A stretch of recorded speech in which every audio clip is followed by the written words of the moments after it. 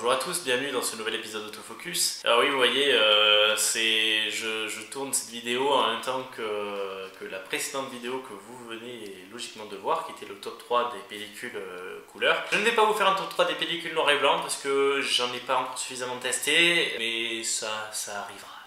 Aujourd'hui, on va parler, on change complètement de sujet, on n'est pas dans l'argentique, on va passer du côté obscur avec ça. On va parler de photographie au smartphone. C'est parti.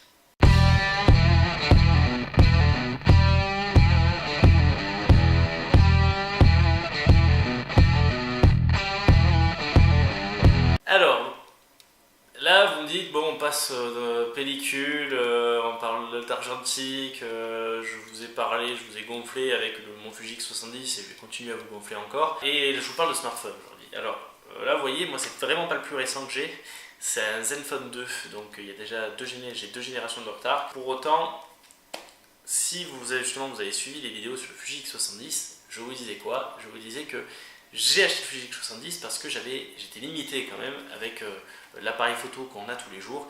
L'appareil photo qu'on a tous les jours en principe c'est un smartphone, sauf que moi en réalité maintenant c'est devenu le Fuji X70. Mais je vais vous expliquer pourquoi le smartphone n'est pas du tout à jeter et pourquoi aujourd'hui vous pouvez quand même faire de chouettes photos sans avoir un matos de fou. Et pour étayer mes propos, je vais d'ailleurs je vous mettrai en même temps que je parle là quelques photos que j'ai réalisées avec, dont je suis plutôt content. Là, moi je trouve que c'est un super outil, c'est pour tout ce qui est photo de rue.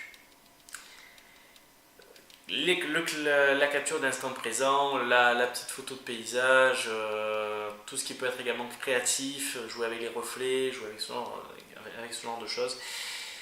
Avec ça, vous pouvez faire quand même des choses hyper créatives et on n'est pas à l'époque où on prenait des photos avec les... Enfin, ça s'est quand même amélioré. Il y a des anciennes photos que des fois je retrouve c'était même pas des smartphones, c'était le début, quoi. Il n'y avait pas Facebook encore, ça n'existait même pas. On prenait des photos avec, mais bon, c'était minable, c'était un piqué dégueulasse, lumière dégueulasse, tout était dégueu. Là, on arrive quand même à faire des choses qui sont assez intéressantes. Et ce que je vous invite à faire, moi je l'ai souvent fait pour gagner en fait en stabilité. Je l'ai fait avec celui-là. C'est d'acheter un petit accessoire que, vous savez, ça vous permet de le mettre sur un trépied. Donc voilà, vous voyez, je fais le geste comme ça parce que je ne l'ai pas là avec moi. Ça vous permet de maintenir votre appareil. Et en général, vous avez justement un petit ergot pour le visser sur un trépied. Ça ne prend pas énormément de place. Et ça vous permet de prendre des photos, on va dire, vraiment un peu plus posées. Je vous donne un exemple tout simple, avec cet appareil-là, il y a un mode HDR. Avec cet appareil-là, comme si c'était la crème de la crème. Bon, maintenant, je crois qu'ils le font tous. Hein. Bon, ils le font tous d'ailleurs. Mais voilà, il y a un mode HDR dedans, mais c'est un mode qui est un petit peu violent. Et puis, qui dit HDR dit qu'il va prendre plusieurs photos. Donc, du coup, si vous êtes comme ça, mais vous bougez un petit peu.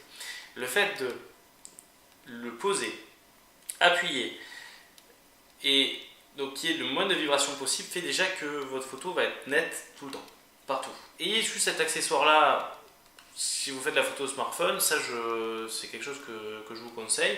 Et aujourd'hui vous avez également plusieurs logiciels, je vous en conseille 3. Lightroom mobile. Oui, Lightroom mobile. Il est hyper bien fait. La dernière mise à jour, je crois qu'ils ont... Enfin, c'est pas la dernière mise à jour, mais enfin, ils avaient refait la correction du voile, ce qu'on retrouve aujourd'hui sur Lightroom 6. Donc ça, voilà, vous avez un vrai logiciel de retouche photo. Je vais vous en conseiller également deux autres que j'utilise beaucoup. C'est VSCO. VSCO, c'est une boîte qui fait des presets.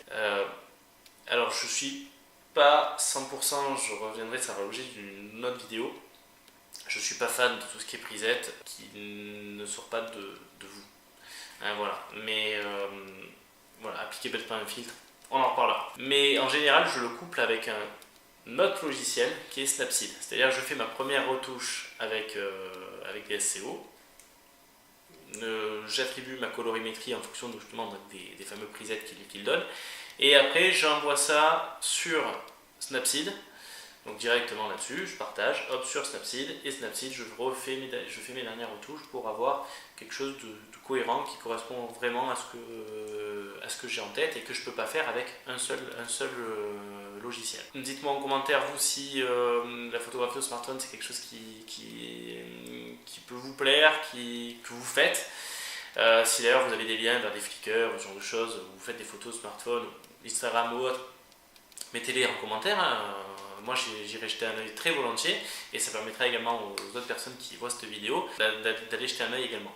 Voilà, donc écoutez, je vous souhaite à tous de passer une très bonne journée. N'oubliez pas que vous ayez un réflexe, un bridge, même un compact ou un smartphone. N'oubliez pas le plus important, shooter. Allez, ciao tout le monde.